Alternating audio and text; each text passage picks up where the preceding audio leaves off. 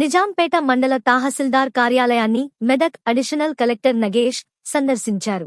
ఈ సందర్భంగా ఆయన మాట్లాడుతూ జనగణనతో పాటు తెలంగాణ రాష్ట్ర ప్రభుత్వం 3 నెలల రేషన్ సరుకులు అందించడం, రెవెన్యూ సమస్యల పరిష్కార అంశాలపై తహసీల్దార్ శ్రీనివాస్ తో చర్చించామని తెలిపారు. 3 నెలల రేషన్ సరుకులను లబ్ధిదారులు తీసుకోవాలని, రేషన్ షాపులను అధికారులు పర్యవేక్షించాలని తెలిపారు.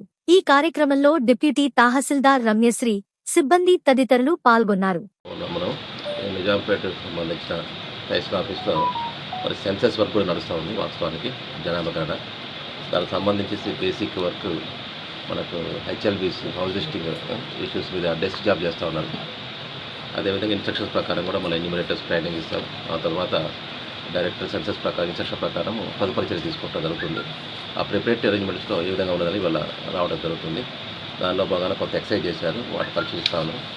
ఇంకా ఇష్యూస్ కూడా సార్ట్అవుట్ తెలుసుకోవడం కోసం కూడా మండల లెవెల్లో ఒక టెక్నికల్ అసిస్టెంట్ కూడా ఇవ్వడం జరిగింది. అదేవిధంగా మనకు తెలంగాణ రాష్ట్ర ప్రభుత్వం మరి అందరు రేషన్ కార్డుదారులకు కూడా 3 నెలలకు సంబంధించిన రేషన్ ఒకటేసారి దఫాలు ఇవ్వడం జరిగింది గతంలో ఇచ్చిన ప్రకారం. దానికి సంబంధించి కూడా ఎంఎల్ఎస్ పాయింట్ కూడా ఇవాళ రామాయంపేటలో మనం ఇన్స్పెక్ట్ చేసినాం. దాంట్లో భాగంగానే ఇవాళ నిజాంపేటలో మన తహసీల్దార్ గారు కానీ డిప్యూటీ తహసీల్దార్ రెవెన్యూ ఇన్స్పెక్టర్స్ కూడా మండలంలో ఉన్న అన్ని షాపులు కూడా ఇన్స్పెక్ట్ చేశారు.